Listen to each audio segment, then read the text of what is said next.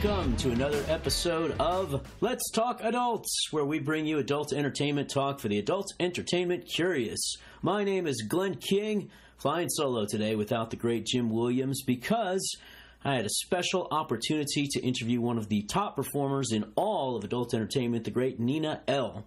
So to set this up, I shot 2 scenes with Nina Elle this week for my websites and my DVD lines. I'm actually shooting a big feature these days, and she's going to be the main character in it, or the lead scene. And she stayed at my house. She prefers to do that over hotels. We've known each other for quite some time. We went out to dinner, we had some drinks, and decided, you know what, we're having such a fun conversation, we need to record this. Let's make a podcast out of it. And so we sat down in my living room and just riffed and talked about, you know, whatever we wanted to talk about. It's a lot of funny stuff in there. One thing I got to let you guys know, I realized afterwards we didn't explain this. She kept on talking about how I was giving her pussy as part of the deal here. And that's because I have an orange tabby by the name of Buddy. And Buddy is just a super cuddly cat, and he kept on jumping up onto her lap, and then she would say, "Oh, you're giving me pussy. That's so nice of you." So that's what we meant. One quick note for you. We talked about having a part 2 with Ginger Lynn. Still going to do that. Just haven't had a chance to go back over to her place yet and film and record the next part. So we're going to do that probably in next week's show. But anyway, let's get right to it and find out what's going on and hear this very entertaining talk with the great Nina Elle. All right, everybody, Glenn King here with another, well, let's call this another incredible podcast interview. And we are right here in the Mean Bitch Mansion, my own place. Staying with me today, I'm just going to describe this to you. She's what I would call the Pamela Anderson of porn. She's blonde, extraordinarily beautiful, with tattoos, big boobs, curves. She's a knockout. She's a bombshell. She's basically what every guy imagines when they're growing up a bombshell blonde would look like. She is Nina Elle. Yay! Thank you. Okay, so excited to have you here, Nina. I've had you on my other shows in the past, my Playboy Radio show and maybe Vivid Radio, but on those shows, we were just trying to get girls naked and doing fun things. We never really got to know them very well. Yeah. So this is going to be a great opportunity for me to get inside you, get inside your head. Sure. A little bit. Although tomorrow I'm getting inside her, so that's a different story. And I'm looking forward to that. All right. Well, let's start with the basics of interviewing here. And you probably just told it before, so give us the quick version. What got you into the porn industry? Oprah got me into the porn industry. Okay. Oprah did it. Yes. I was watching a segment on her channel with Lisa Lang or something, and it was about this couple. They were supporting themselves through webcamming, and before that, like, believe it or not, I've never heard of webcamming. Like, I didn't know what webcamming was or how that works. So I'm like, wait, what? I can fuck myself on camera and get paid for it? Wow. Yeah. Let me try this shit. And I tried it, and it took off for me. I made good money. I soon had a lot of fans. And then they would start asking me, do you shoot porn? And at that time I was still married, so I was like, oh, no, I don't do porn. I'm like, well, maybe. So I started looking into it. And I Googled a great agency, did my research, and I started out as a only girl performer at first, and it was history from there.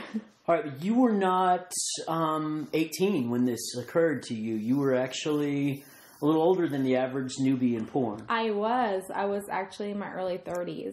So, you know, I had a lot of things working against me. I was older. I had tattoos, and a lot of people were like, oh, you're too old. You're not going to make it, this and that. But, well, fuck them. Here I am. So... But you were kind of, I'm trying to remember, because I met you like maybe 7 or 8 years ago, I think. Mm-hmm. You were sort of famous already before you'd done any porn, right? Well, was it just in webcam world? That was huge in the webcam world. Which site were you on? I started out in StreamMates. Yes. And I kind of stuck with them. StreamMates were really good to me. Right. Good company. I like them, and, you know, I have a StreamMates site called MeanWorldLive.com. Oh, okay. Yeah. Nice. Yeah, so they kind of made me. Yeah. Okay, so you're a cam artist, you get into porn, and by the way, everybody, like, I was explaining this to my dad earlier today, that basically everyone out there, you have to accept that being a webcam artist is a viable option for females as they come out of high school, they come out of college. It's a really legitimate way to make money. It's a great way to make money. You're in control. But help them understand one thing. Your neighbor that you see, and I'm talking to you guys out there that are listening, your neighbor that you see out there driving the Corvette, the hot babe driving the Corvette, and you're like, man, that sucks that this bitch is making tons of money. She's taking off her clothes while I'm out there hard working. She's not working 1 hour a day, and it's not that easy, right? Oh, yeah, that's Talk about what goes into webcamming. Yeah, that's actually why I stopped webcamming. I just couldn't do it anymore. Like, unfortunately for me, I had gotten really sick from webcamming because when I first started webcamming, I was pretty misinformed about toys and phthalates and all that stuff. So I just got myself a whole bunch of cheap toys, and I thought, oh, you know, more toys the better. Who cares? And I started getting a lot of bladder infections. Yeah, so I had to stop camming, and I'm like, that was also one of the reasons why I started shooting porn. I'm like, well, fuck, if I can't use toys anymore, I'm going to use real dicks. Yeah. Real dicks are better. Yeah. They're organic. They're natural.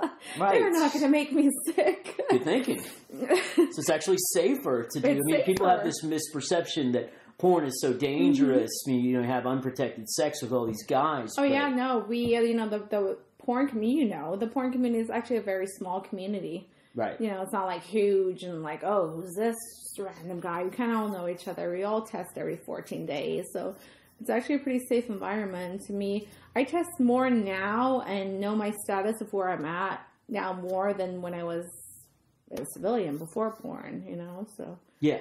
I don't worry about having sex with you. Right. I worry about some girl that... Exactly. We were just at a casino having dinner. It's great, but here's the thing. I live in Las Vegas. I go to these casinos. I see these hot girls. I meet constantly. No, and I'm scared. I'm scared to have sex with any girl outside our industry because I'm always afraid. I'm like, they're not tested. If they're going to fuck me, then they're going to be fucking other guys. Yeah. And I don't know anything about this, but I know. Your test is brand new. I looked, so I know before I perform in a to get the sweet pussy. I get totally uninfected.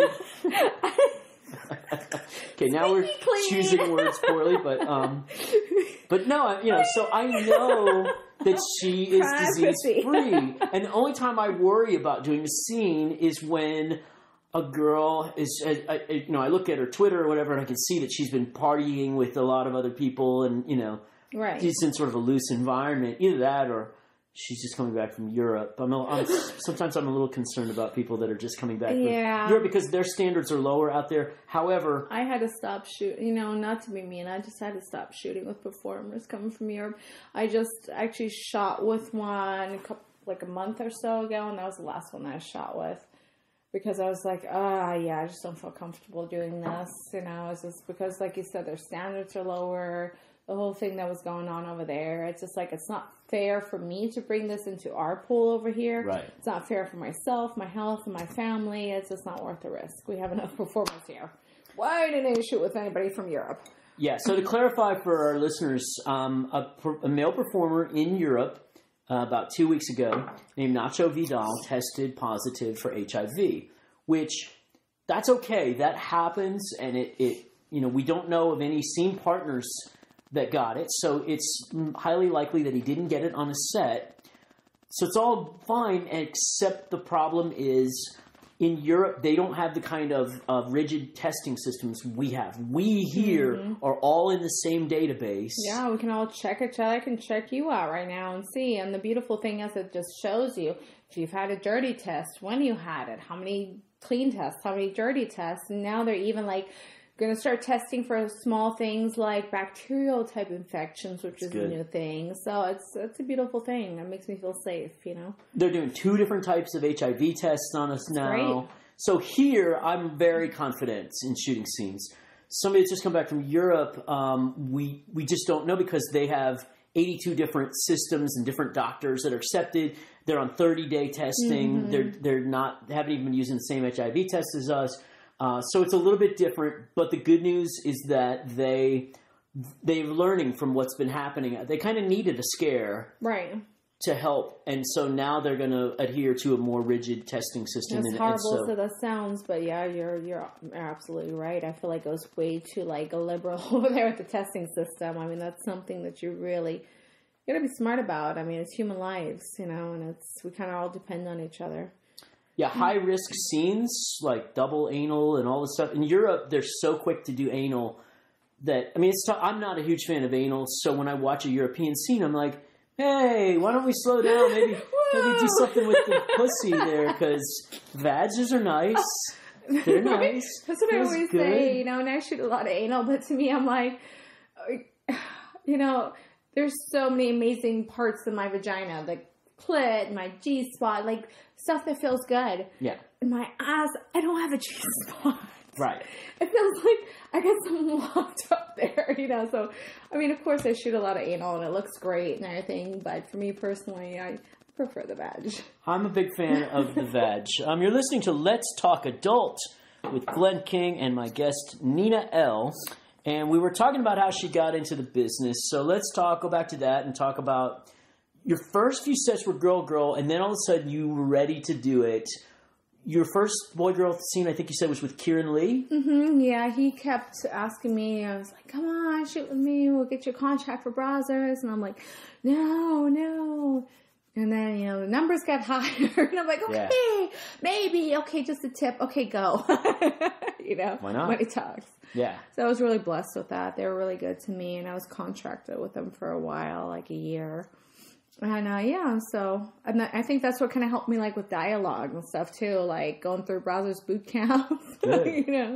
Well, Kieran is easy to work with, so I know you had a great time in your first scene. Yeah, I know. But where in your first year? I don't know. He kind of hazed me though. I feel like I love Kieran, but it was a CrossFit type of scene. So he literally made me do an hour of CrossFit before the actual sex scene. He had me punching and doing jumping jacks and on those monkey bar things. Fuck you. And then we actually had the sex scene in the gym. Okay. So.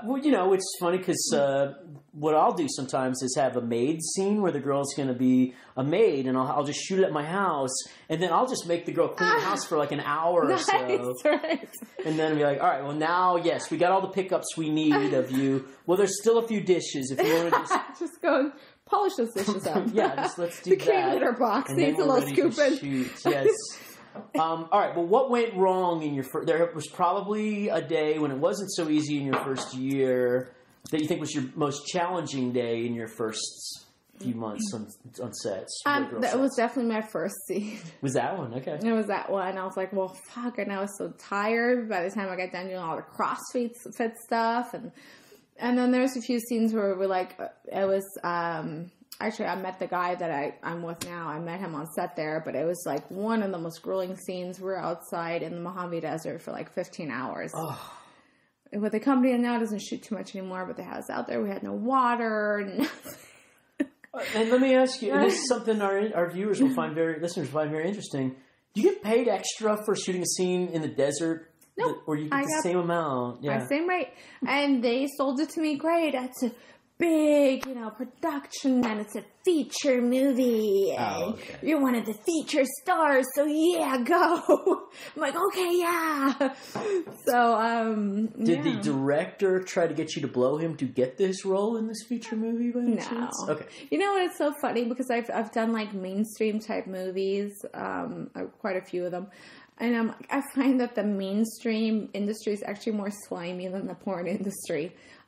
Knock on wood, all porn directors that I've run into this far have been really respectful and just good people. Yeah. I know there isn't a certain few things happen, but to me that's never happened. In the mainstream world, it's happened. Yeah. There was this one director, he's like, oh, I'll get you rolling, Sons of Anarchy, but you got to come over to my house. I'm like, I'm good, thanks. They're so over, though, like, the mainstream guys. Yeah, they're so over that. I'm like, bruh, like, it's not that serious. I don't even like mainstream like that. I like shooting porn. Then they always feel like, oh, I gotta save you from porn. You're too pretty to do porn. I'm like, no, I'm good, actually, thanks. No, but here's what the mainstream, because I worked on the mainstream side. One thing that they do better that we just need to get to in our industry is, A, there's a minimum requirement for what has to be on sets. There has to be water. There has to be food. They have to feed you if you're there more than 5 hours. You always feed me. But, like, not that many porn directors do. No, and that's what... So, there's a porn union, kind of, not really... But the problem, one of the reasons that the porn unions that have popped up and then disappeared have never gotten traction is that they're never focusing on the right things. Mm-hmm. The right thing would be a Bill of Rights that says, this is what our constituents, our performers, are going to require to step on your set. You're going to need hand sanitizer. You're going to need to have sanitized all the furniture before we get on it. You're going to have water. If we're there more than 5 hours, you're going to feed us at least some carrots. One meal, some carrots, something. A couple of cheese sticks and carrots, like something. Sure. And then if you ask me to bring my own wardrobe, then maybe you get a little wardrobe bump. Yeah. Or, I don't know about like in mainstream, you do get a wardrobe bump if you bring your own wardrobe. But in our industry, a lot of times you're better off using your own wardrobe because you want it to fit properly in the stuff we have off of our racks. Although, sometimes like I shoot so much and I get so busy, I don't have time to go shop for new wardrobe constantly. So I'm like, I don't want to wear the same shit again. I'm going for the same shoot, So I do appreciate it when you guys have a wardrobe because something that I don't have and haven't worn, I don't have to go out and order it or buy it or, So for me personally, I don't mind. And, sometimes it doesn't fit perfectly, but like today on set, you made it work, like that bodysuit, Yes. What I mean? We safety pinned it together. It worked. Yeah, because she doesn't have enough weight, this one over here. I'm sorry. So, if he wasn't stretching the outfits like they're supposed to be these producers would be feeding me on set. Right. Although the funny thing is that the boob part stretched out just perfectly, the butt part stretched out perfectly, but the problem is your stomach doesn't have enough curvature to it. Well, after tacos tonight, I'm sure it will. Tomorrow's outfit will be much better, then there you go.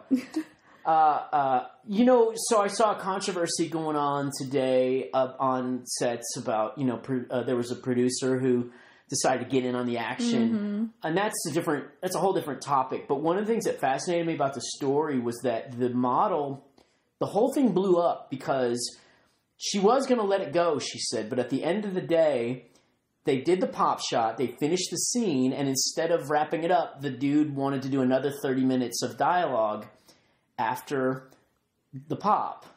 How often? That's very unusual, right? Unusual and kind of annoying because, after the pop, you're done. You're tired. It's to get yourself together, do that is hard. But I don't know. This producer, like a name, like I've known him and I've shot with him, and I don't know. I don't have anything bad to say about it. No, you don't have to. Absolutely not. Yeah. I'm not looking to try to get... I've shot anal and he's brought me gummy bears. Okay. Oh, you got that going for you. No, I'm more just interested not gummy bears like you brought me, but I brought not the creme de la creme. The gold standard of gummy bears. And also those vanilla wafers. Oh, God, yeah. I'm definitely not going to fit in the clothes tomorrow. Yeah. But see, as a director, I think along the opposite lines in that, like, I'll get mad at Jimmy sometimes if he's shooting the scene and I'm in the scene. And I'll be like, the pop shot comes, and then all I need is 10 seconds of the girl laughing or smiling or shooting the finger or saying one line. Right. And then he'll throw out like 6 more lines for the girl to say. And I'll be like, Jimmy, why are you even bothering? I'm going to edit that all out. Yeah. Like, all you want to do after the pop is figure out a way to get this closed up. We don't need to try to be clever. Because the viewer... After the pop, they're done anyway. Yeah. No viewer of porn is going, well, I have to see how this ends, so we need to make sure that we get closure on the characters. I can't ejaculate. I'm not getting closure on the characters. Yeah. I just can't squeeze this nut out right now. Yeah. But what happened to the relationship between the male and the female? Do they live happily ever after? Do they get married? What? It's like, so no one cares. It's not, there's no cliffhangers. There's no, So I don't know why you got to do that, but so here's the thing that producer, here's where the real mistake he made was, aside from the obvious things that he did wrong, and again, folks, I'm not telling you this story because we would end up spending the rest of the show talking about it, and it's not the point. So the point is, and this is where I'm going to get your comment, what the producer did wrong, aside from participating in the scene without prior authorization and then trying to make a big, long ending, is that he didn't understand his talent. Mm-hmm. And some talent is temperamental, and some talent you have to treat in a certain way, right, where you're like, like I'll throw out a name because I just had her on my podcast a couple weeks ago and I love her to death, Eva Nadi. And I said this to Eva on the podcast.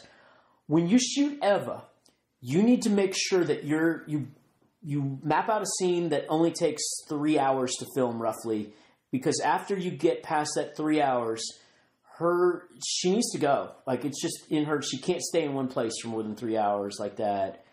And so you're not going to get a very good ending of the scene. Exactly. Well, anything scene you shoot, even for me, like if I'm shooting too long, I just don't have energy anymore. I'm done. You're just not going to get anything good out of it anymore. Right. You're going to have me for a good 30 minutes of my full attention and energy. After that, it's kind of like, are we done yet? And nobody wants to get that. And the average like jack off watcher is not going to really want to watch it that long. How long is it really going to take them? 15 minutes at the most. Right.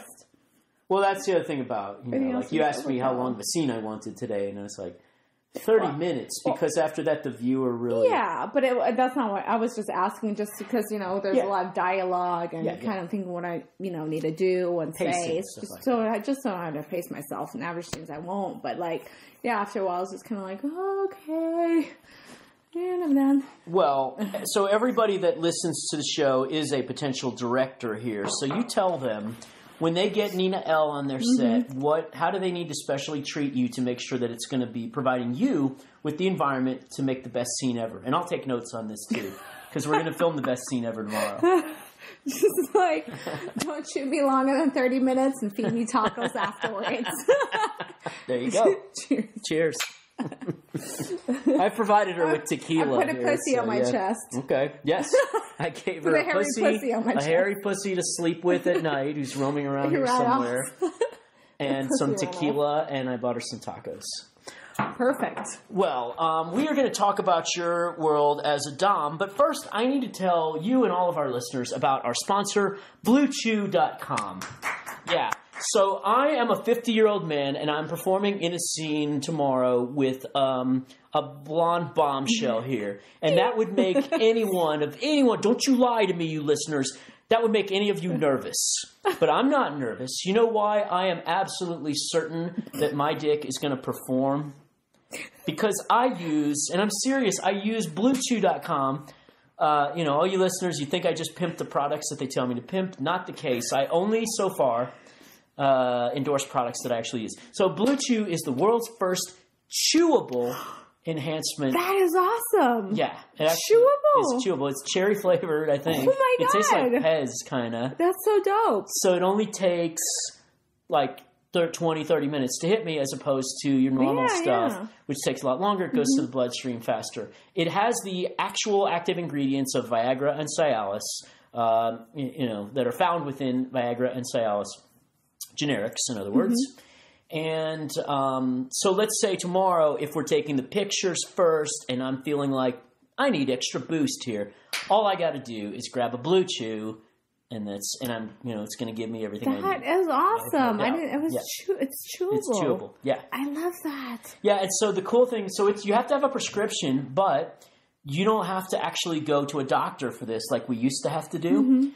All you got to do is go to BlueChew.com. That's BlueChew.com. You go to there's a little box that says, please list your medical ailment. You say, I need help with erections. A doctor reviews it, prescribes this for you, and then a few days later it arrives in the mail in a discreet package. That's some very dope advanced shit right there. That is so easy. Pretty cool. And so I know what you're thinking right now is, can I get some of this for my boyfriend to try? And He definitely needs that. okay, so yes, and because you're a listener of my show now, you can get your first shipment for free. What? Yeah, seriously. So you go to BlueChew.com, use promo code I adult. get pussy and Niagara. Yeah, you will get your you get everything here. This is a one-stop shop of right awesomeness at the Me Bitch Mansion. It just gets better. Hypothetically speaking, Nina, you're probably wondering, what if I had a boyfriend who couldn't perform and I wanted to get this for him? Then yeah, absolutely. All you're going to do is go to BlueChew.com, and then when you get to the checkout, use the promo code ADULT, ADULT. Oh, that's simple. Adult. Right. Adult. And then they're going to give you your first shipment for free, and all you got to do is pay $5 for shipping and handling on it. So that way... Shut up. No. So yeah, I mean, you That's can try amazing. it out. Yeah. And then all of my listeners, I know so many of you have actually been trying it, and I've gotten email after email from people and texts too saying, just want to say thank you for turning me on to Blue Chew. It really works. So Yeah, it's definitely like a new frontier, like chewable, and it's so easy to get. Because, I know a lot of, guys, they might feel embarrassed and want to go to the doctor and talk to the doctor about it, make an appointment. Right. All of us are really busy too. Like, who has Right. time to fucking go to the doctor and do that? Right. So if you can, like, do that all online right. and get free shipping and a free order, like, Yeah.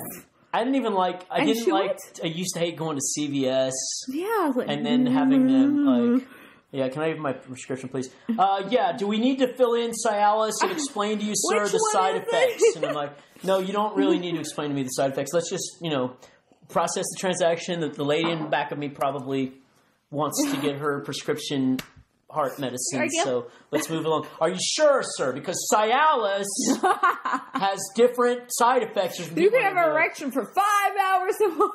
Yeah, so I'm groaning at that point and just trying to cover my face. Yeah, so you that's don't have to awesome. do that with Blue Chew. It's all online. It all comes to your house. That's so easy. That's awesome. Yeah.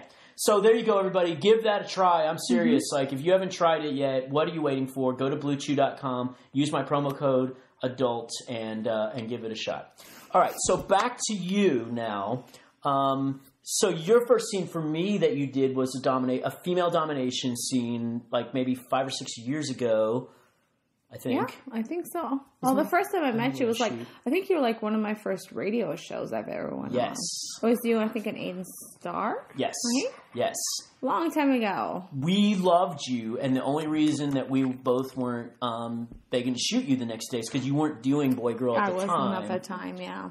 But I mean, everybody that met you at the time could see Star all over your face and so on. And so, then a couple years later, I think we finally got around to shooting you. And then I realized that in terms of female domination, verbal skills, you're in the top 3 in the world. I mean, you're just amazing. Oh. And let me say this before we let her start talking about her domination skills, so I, as a director, what I really want my day to look like is I want to spend 20 minutes explaining to my talent what I want her to do in the scene and what is my vision for the scene. I have a little bullet point list that I go through. If she actually pays attention to half of it, then I can just say action and then not really speak that much throughout the rest of the scene, and then editing it becomes a 20-minute job instead of a 4-hour job of me trying to take out everything that I say. So you listened to everything I said, and every single thing I asked for, you worked into the scene. Oh, I try to. And it makes it so much easier to shoot somebody like that. I mean, it's like life is safe. Everyone could be like you. Oh, this is something I really like to do.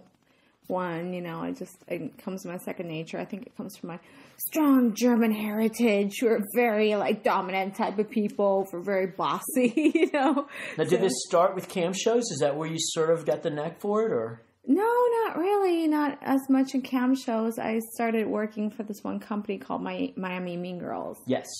I think we were talking about it earlier. And he had booked me through my original agent. And this was actually before I started shooting boy-girl or anything. Because, it's not like a boy-girl type genre, per se. So it was just Dom stuff. It was just pain slaves and money slaves. And the first time that I went on set, I was like, I wasn't even sure if it's for me because we had these pain slaves come up. We had them sign waivers, and it was just all kind of different to me. A whole different world. And what is a pain slave? A guy that really just likes to get fucked up. Masochist. That's somebody that really enjoys being beaten and whipped and whatever. Yeah. And I think a lot of these guys, it's funny because they have powerful positions. Like, they're lawyers and accountants and Wall Street guys. And, like, they have, like, these high positions. So, I guess, like, in their time off, they just like to get fucking beaten, you know? It's a control thing, right? Like, they're weird. so used to being in control all day long that they just crave... Absolutely. Yeah, just losing control and just letting themselves go. Yeah. So I had this guy, and they put me in this wardrobe, and there was these pointy heels, and they had like big spikes on them. And I'm like, okay. And this was my first ball busting type of clip. And what is ball busting for our listeners? You're going to love this, listeners. Well, it's just basically as it sounds. You literally bust their balls with your foot. You kick them so hard in the fucking balls.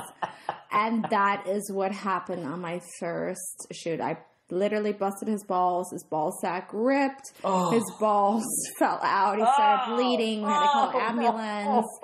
There was blood squirting everywhere. And I started vomiting. I was so sick. It was just such a fucking mess. I'm like, is this what this is about? Like, I don't know if I can do this. This is... But they were all so sweet, and the girls were sweet. And they're like, this happens. You kicked a little too hard.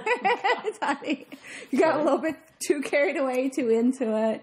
And they're like, you have to kick with this part, like, up on the balls, not the front part. And I really like with my... I see. So what she's demonstrating right now that y'all can't see is that the pointy part of her foot is where she whacked the guy in the balls, thus ripping his ball sack open. Yeah, and they said you kind of have to, like, with the top of your foot, like, kind of smack it with the top, not like with this. What kind of shoes were you wearing at the time? I was wearing, like, these pointy heels with spikes, metal spikes on them. Yeah, and ripped his ball sack right apart and blood everywhere, and I was sick, and I was like, I can't do this anymore, I can do this, and then... I became really good friends with the guy because he checked on me afterwards, see how I was doing, one of my mean girls. And then finally he ended up bringing me back. And luckily it didn't really happen anymore after that. But the Domme community, they're just so giving. They're so open. They're so actually warm and friendly more than any other community I've worked in. So I ended up just kind of going with it, and it did really well. It was kind of like a way for me to vent and let go of my aggressions for the day and stuff. So I was shooting a lot of Domme for a while. So I have a suggestion for American Mean Girls guy, whom I have nothing but respect for because I've heard nothing but good things about him. Perhaps the little speech about using the top part of your toe as opposed to the pointy part would be good to give before the scene instead of after the ripping of the ball sack. I didn't listen. Oh, you didn't? Okay. I'm like, let's go. Let's start ball kicking. Yeah, let's great, let's go. I didn't realize how important that key part of advice was that he gave me. Yeah. I just looked at him all glassy-eyed. Well, I had a guy that was a male talent that used to work for us quite a bit who was really into being ball busted.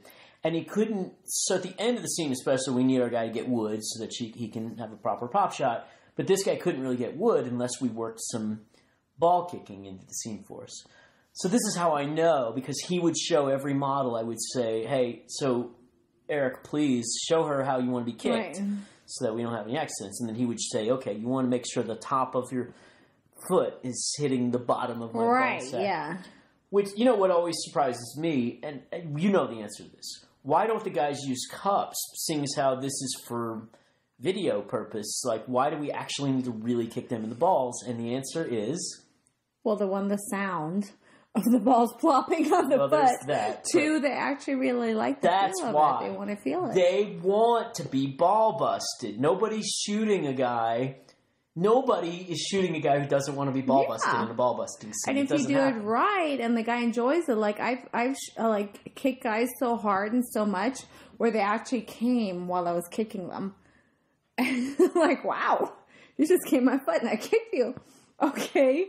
So, but that comes with experience and learning how to do it right and learning how to use the pointy part of the You're not the only one that has had accidents. I actually found a blooper reel the other day on Twitter of Japanese girls knocking out their slaves by accident. And I sent it to a friend of mine who's a friend of mine, who thought, I was like, this is what happens when you don't explain to the girls properly that it's work. Yeah. But yeah, so theirs were much worse, I think, than what you're describing. Although opening up the old ball sack is impressive work for your first day on the job. Yeah. And I had blood all over my foot, my leg. I'm like, yep, okay. So you did go on, though, to have some personal slaves at some point, right? Yeah, how'd that work out for you? They're sweethearts. Yeah. Like they're really giving and they're really kind, and it was great. Did you use them like Helly does? So our friend, we have a mutual friend, Goddess Helly, who she moved recently. So she went on FetLife and said, I need 3 bitches to come over to the house and move all my shit. And 3 guys came over. I've used them before, yeah. I've used them to like redo my closet. I had him like clean and lick the wheels of my Challenger. Okay, I can see why you want to have to lick the wheels because I make sure that, between the grippy part of, because it's a race car and I need it to be grippy, so I need them to like lick in between the. I use Armor All, but I can see how if you can get some slaves to do it, man, manpower is the best. Yeah, you can see how saliva is kind of better than Armor All for tires. Yeah, they really get in there and just clean it right. That's great. Get them right. Yes.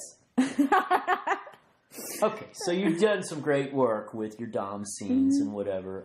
Do you have any of that stuff on your own sites? Because I know you have an OnlyFans. I do also have a Clips for Sale. Mm-hmm. So it's Goddess Nina Elle, and it's store 6005 on Clips for Sale. Okay. Mm-hmm. So they can just go to clipsforsale.com/store/6005. Goddess Nina Elle. Mm-hmm. Yeah. You should really get like a goddessninaL.com that forwards there. Would be. I know. It's just like, I know I need to. For a while I was really big on there. I was like number 2, number 3 for a couple months. So I was doing good. It's just like, I just get so caught up with the dancing and the mainstream stuff that not mainstream, but mainstream porn that I shoot, compared to that. So I haven't really, Okay. But it's always. But you do have an OnlyFans these days, and what kind of stuff is going on the OnlyFans page? It's just really cool stuff, like behind the scenes stuff that nobody else gets to see, like what I'm doing daily, like on set, or just like me, my private life, like the crazy shenanigans. I'm doing little snippets of that, and It's just like really intimate. It's just like me, what I do in my extra life, and stuff that you're not going to see like on. Evidently on Instagram, because my Instagram's got suspended. They won't let me post anything. But like on Twitter or Snapchat, or you're just not going to see that like you're seeing on my OnlyFans. So if you're one of our listeners who has pull over at Instagram, please help. Goddess Nina out. Please help. Send help. People get a raw deal. I really just I posted avocado toast, and I thought it was really beautiful avocado toast, but like. I'm going to have to show you. I don't think they liked my avocado toast. I don't know if there was a problem with that or what, but I thought I did a really good job. Yeah. So. Well, maybe it was violent avocado toast or racist, because you can't put racist avocado maybe, it was really green and the bread was brown. So maybe it was kind of like the IR controversial, the green and the brown meshing together with the turkey bacon. It's too much. Big thing about how we need to build a wall to prevent avocado toast from getting into the country so easily. I think maybe he was out of line. So. All right, well, we're going to go to the Ask Nina advice column here for girls getting into porn. But first, let's just hear from our sponsors. Life is about making decisions. At BMW I, we decided it was time to reinvent the car from the ground up. Making sure we were open for truly innovative ideas. We decided that the car we wanted must be electric, and it should be made of extremely light and super strong carbon fiber. And finally, we decided to make it more intelligent and added our promise of incomparable driving pleasure. We made all these decisions to offer you a choice. The all-electric BMW i3. Hey, and we're we're back with Nina Elle, and so now is that time of the show when we take advantage of the experience that some of our performers bring to the table here. She knows it all. She's seen it all. She's got some advice for you girls out there who are thinking about getting into porn, which we do have a lot of female listeners. Mm-hmm.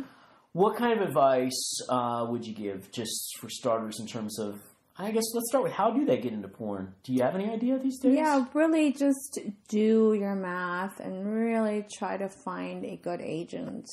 You know, that's everything. An agent that's going to really take care of you and not send you to jobs that you don't feel comfortable with. Is going to look out for you. Agent that you feel comfortable talking to about, what might have occurred on set or what you like doing, what you don't like doing. So it's just somebody you can talk to. And, number one, I just Googled mine. I did the research. Yeah. And, I started out with ATMLA, Mark Schlechter. He's an amazing guy. He's like my papa in porn, my dad in porn. Yeah. So he's a great agent. And I Googled and did my research on it. Now I'm with Society. They're amazing too. Mark Schechter is the Lee Steinberg of porn. He's been on our... So Lee Steinberg was the agent that... What was that movie? It was Show Me the Money. Drug dealer. They both suck. It had Tom Cruise in it, and it was about a sports agent and whatever. And so Lee Steinberg was the guy that was modeled after, and he was like the most ethical sports agent. He is very ethical. He's no nonsense. That's the thing, is that Mark is very ethical, and your current agent is excellent also. But if you're that girl that's getting porn, do you feel like the route that you went of being a cam artist first is a great way to get into porn these days? I think it's an amazing way because it's a good way to kind of try out how comfortable you feel being on cam. Yeah. Exploring your body, interacting with people. Yes, very important. And it kind of teaches you also how to talk and be verbal. And I feel like that kind of helped me because at cam model, you're always talking and interacting with your fans. And that kind of helped me in porn because there's lines, there's dialogue, there's, today, with the fetish scenes, there's a lot of talking, and there's that one-on-one interaction with the viewer. So it's just something that kind of translated to porn. So I think it's a great way. So if you don't like being a cam model, you don't like being on camera, you don't feel comfortable being on camera, maybe porn isn't for you. So it's just a good little way to kind of get your feet wet and try it out and see how it works for you. Absolutely. And it helps you get a little bit of a thick skin, too. Oh, yeah, definitely. Some of these cam chat room guys are rude. Oh, they're rude and mean, but you can't let it get to you. Yeah. Just tunnel vision, block it out. Yeah, well, that happens in porn. We all have haters, and especially with social media. And, Yeah, I just don't even answer back or entertain that. That's my theory is...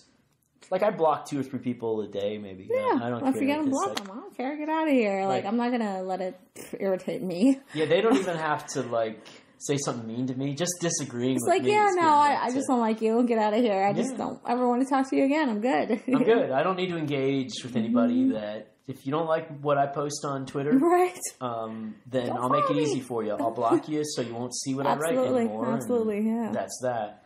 Yeah. Well, what if the situation happens that's sort of controversial today?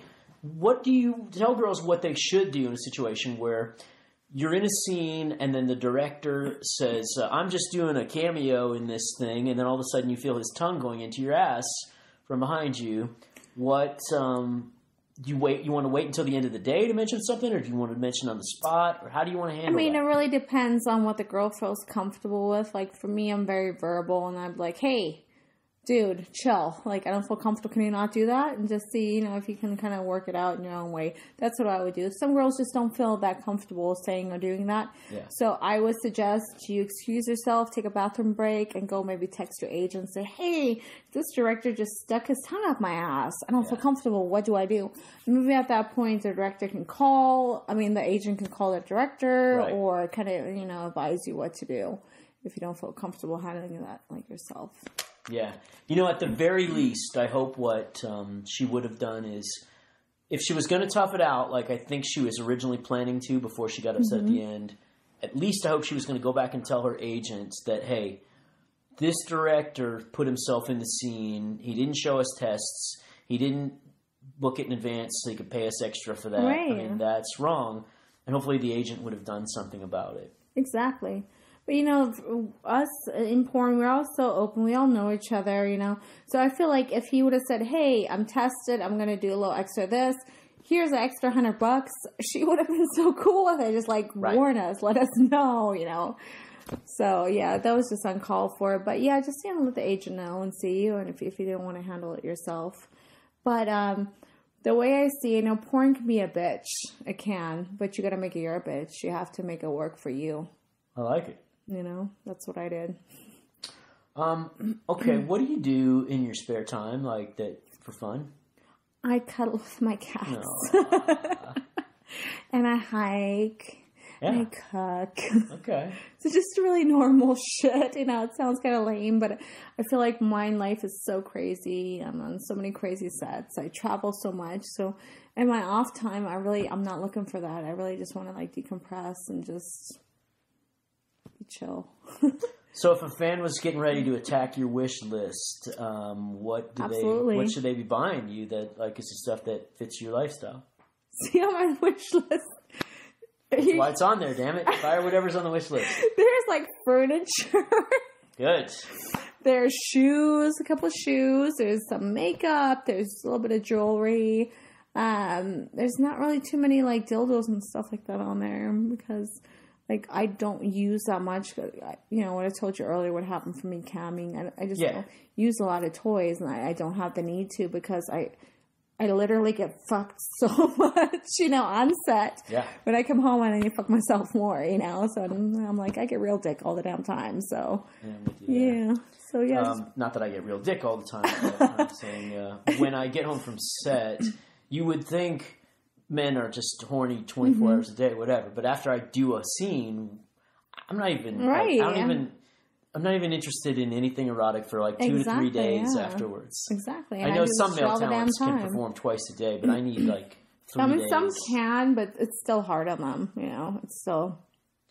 All right, last question here. And this one, we're going to go back to the advice column, seeing as how you're knowledgeable. Let's just say that I were to provide you with the Time Machine DeLorean, and you could go back in time to 33-year-old you that was going on her first porn set. Mm-hmm. What advice would veteran performer you give to brand new performer Nina Elle? You know, just relax. Like, at the end of the day, the viewers, you're their goddess. Like, they're already watching you because you're turning them on. Yeah. You know, just relax, be you, you know, stick to yourself. Don't try to, like, go out of your way to do something that you wouldn't want to do because you don't feel comfortable. Just, like, be you, and they're going to love you for who you are. Because at the end of the day, they're going to want to see you because they fell in love with who you are. Stay true to yourself. There you go. Be you. Be Nina Elle. Yep. So, Nina Elle, what's all your social media? I'm not trying to rub in that you don't have, but you have other social media. Well, hopefully soon I believe I will regain my Instagram account. I've been teasing her all day, guys. I'm sorry. I feel guilty. Once I regain my Instagram account, it will be Nina Cucina69 on Instagram. It is still there. The struggle is real. Please go to the Instagram building and protest and pee on their walls. A human wall. Yeah, make a human wall. Don't let anybody leave Instagram headquarters until Nina is free from Instagram jail. Everybody eats their ass in front of the... It's human... There you go, a human centipede. A human centipede in front of the Instagram headquarters. Please. Nina Nation. Nina Nation. Until then, you can find me on Twitter at Nina LXOXO. You can find me on Snap. It's Nina LXXX. Maybe. Possibly. Okay. Or maybe not. Yeah. So until then. All right, and go to her OnlyFans page too, which is onlyfans.com/Nina Elle. XOXO. Nina OXOXO. All right, my name is Glenn King, and don't forget that whether you're listening to the podcast on one of our many places that you can hear it, which include iTunes, Spreaker, TuneIn, iHeartRadio, Google Play, YouTube, and Spotify, I do want you to do one small favor for us, and that is subscribe. Hit that subscribe button because Hit it like it were my ass. Yes. Attack. Hit that shit.